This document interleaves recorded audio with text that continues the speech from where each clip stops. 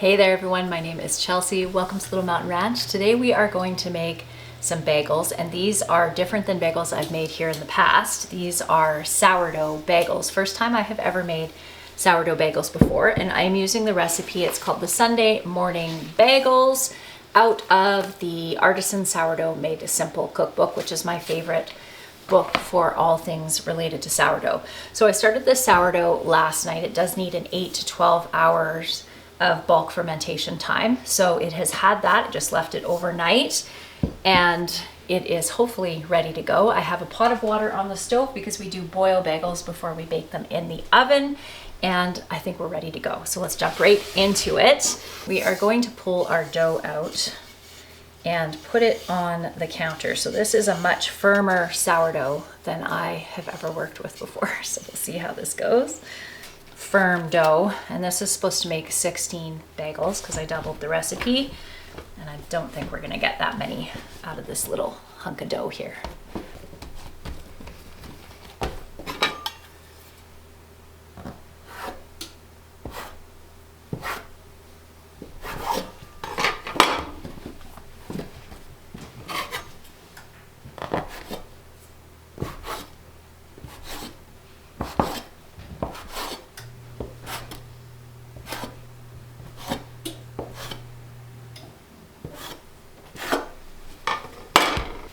We are going to form our little wedges of dough here into balls.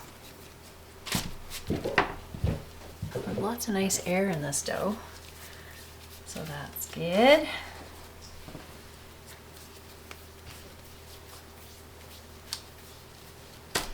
Just gonna cut a chunk off this one here because it is significantly bigger than other ones. Same with this one.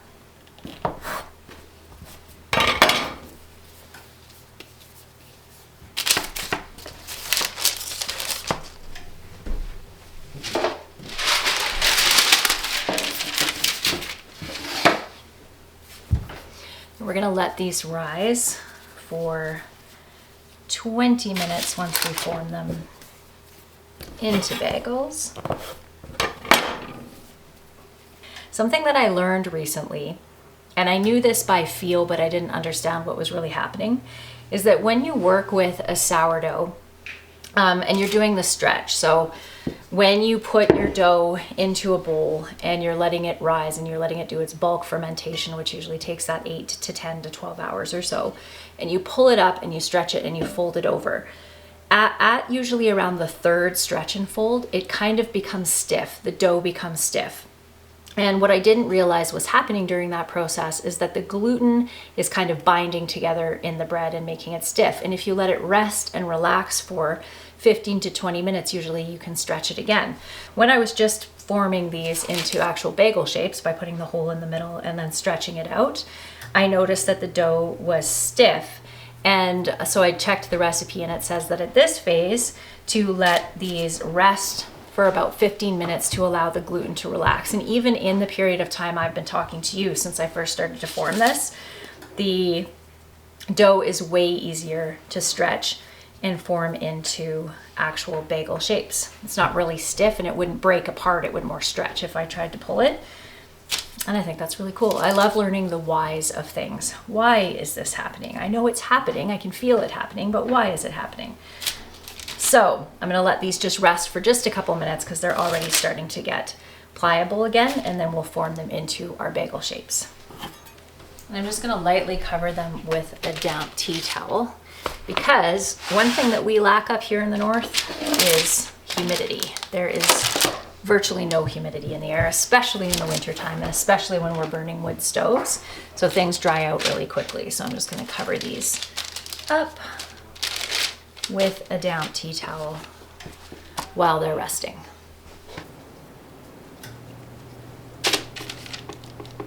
Okay, so for the actual recipe for these, let me give you the information here. We have a 3/4 cup of bubbly active sourdough starter, a cup plus 2 teaspoons of warm water, 2 tablespoons of sugar, 4 cups plus 2 tablespoons of bread flour or all-purpose flour, which is what I used. 1.5 teaspoons of sea salt. And then we're going to use a tablespoon of honey, and that's going to go in our boiling water over there. And a little bit of olive oil, which I was actually supposed to spray on our parchment paper there. So when I'm spreading these out, I'm actually making the hole quite big because it is, as you can already see here, going to close up a bit, but I really want the hole in the middle. So I want to make sure that I make it big enough that when I boil these and cook these, it doesn't close up entirely. Oh, these ones are nice and soft. So we're gonna let these rise for around 20 minutes. And while they're rising, we are gonna take a wander outside because I have had so many of you ask me over the last couple of weeks where the sheep are. Do I still have the sheep? What am I doing with the sheep? All the questions about the sheep. So I thought we could go outside and I could answer all those questions for you and then show you some of the projects that we're gonna be working on the farm this week, which I am really excited about. So excited. I'm gonna cover these back up with our dampened tea towel and head outside. It's actually not too bad out here right now. It's only around -6 degrees Celsius or so. I hear a bulldozer going. We are having the most beautiful winter this year. It's been mild, but not so mild that it's muddy and gross. It's been cold enough to keep everything frozen, but we haven't had a ton of snow and the temperatures have just been perfect. So nice. Big machine, very loud. Hey Oakley, come here, big boy. You're such a good boy. You're such a good boy. Hello, sweet girl. How are you? Oh, you're such a good girl. Aren't ya? Are you gonna let her out, Oakley? You're such a good boy.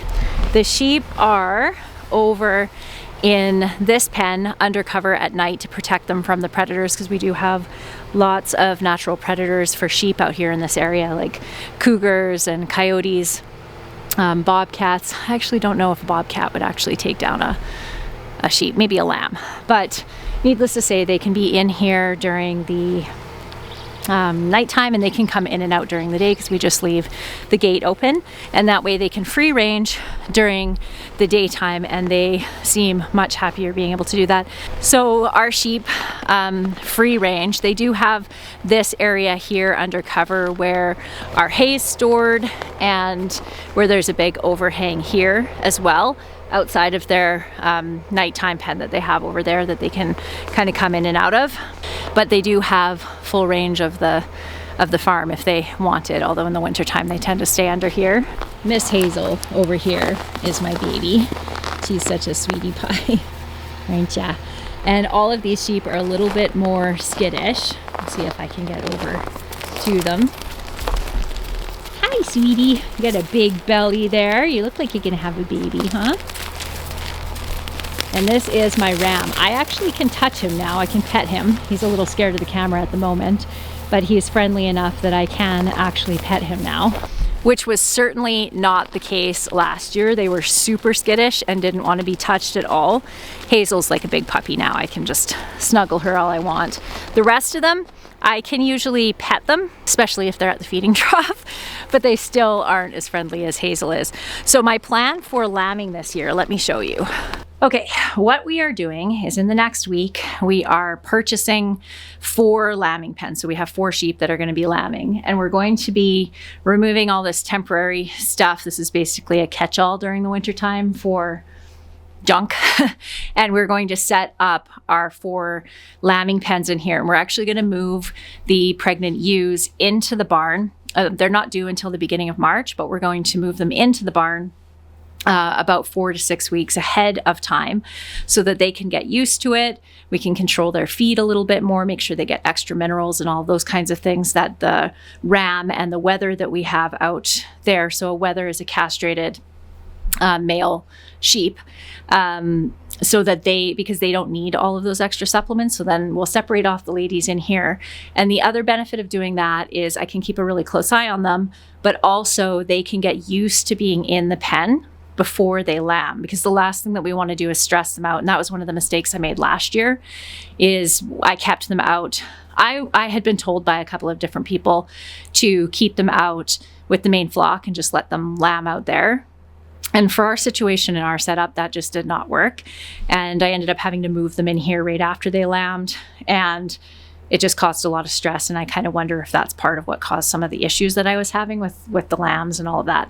But needless to say, I think this is going to really help, having everything all set up in here beforehand, having the sheep in here beforehand, and all of that. So I'm excited to share with you what will hopefully be a much more successful lambing this year than we had last year. The reason that I haven't given you any updates on the sheep recently is because usually when I come out here, they are up on the mountain or just not where I am when I'm filming. So that's the reason. But I will try to keep you guys updated with how everything goes with lambing and all of that this year. Maple, our other Great Pyrenees, is probably up at the house right now because she's getting older. She is almost 9 now, and she likes to, it's icy right here, she likes to hang out up there more often than not, especially during the daytime. And on that note, friends, we need to head back up to the house because it has definitely been over 20 minutes. Okie dokie, let's get this cranked up so that our water starts boiling, and get our spray bottle. So I've had lots of people ask me about this. This is turned out to be a fantastic quality olive oil sprayer, and I did finally link it in my Amazon store for you, so you can find a link for that down in the show notes. It's called Olivia, and it's a wonderful one. So we're going to keep that there so that we can spray our parchment paper. We have our temperature set at 350, which I better double check. Nope, that was wrong. We need to go 425. Our water going. I'm gonna wash my hands since I was petting critters outside.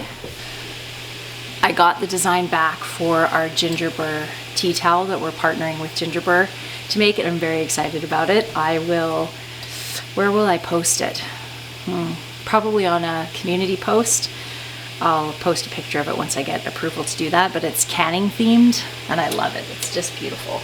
Super vintage vibes. Okay, we're going to put some of our everything bagel mix on a plate. We're going to add a little bit of honey to our water, just a couple tablespoons. And this honey was sent to me by Tim and Carol, who have been longtime followers of my channel and who we have since become friends. And they always send us honey every year for Christmas. So we're gonna add a little bit of honey to our water. Give it a whisk in. And you can omit that if you don't want kind of a sweet flavor on the outside of the bagel.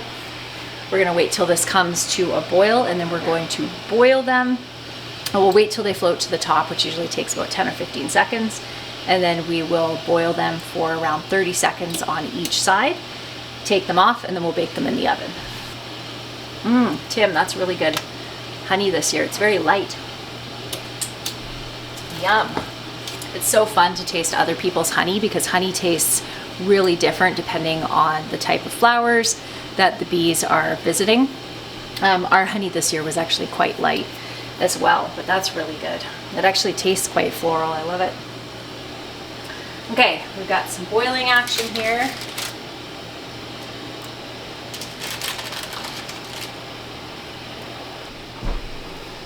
Okay, you can see they're starting to float up to the top.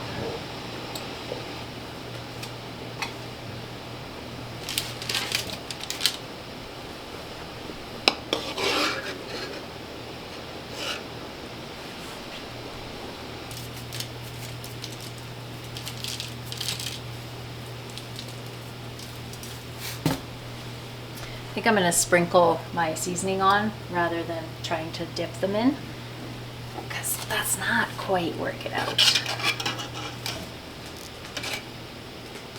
So I have noticed with these that they are settling on the bottom when I first put them in and then sticking just a tiny bit. So I'm just loosening them with my spoon here just to get them from sticking to the bottom. But I'll turn that off now, let those finish. Oh, Alfred's back on the deck. We have a rooster that has decided that we are his family. He is constantly coming up to the deck.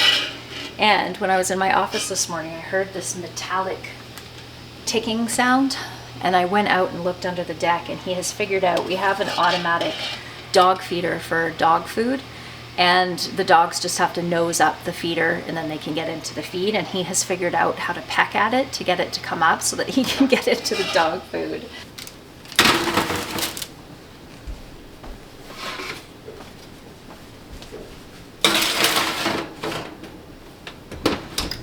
I can't wait to show these to you. Look at how beautiful they look. I'm so thrilled with them. I don't think I've ever made a bagel before that has such a nice shiny finish on it. So excited. Okay, so let's cut into one of them and see how they look on the inside.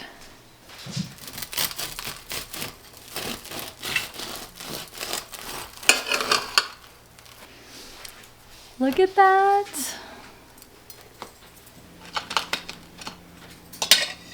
Okay, let's try one.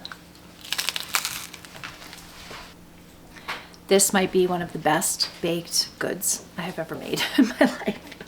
That's so good.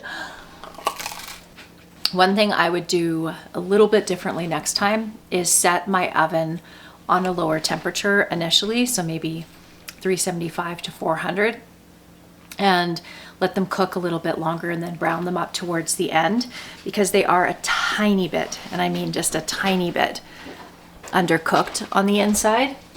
I'm gonna leave these ones sitting here until they're fairly cool, because they should just finish cooking up on the inside, but that's the only difference. Other than that, the recipe is perfection. It's really good. All right, friends, that is going to be it for today's video. I am going to go enjoy eating some bagels now. They're so tasty. I hope that you have a fantastic day, and I look forward to seeing you next time. Bye.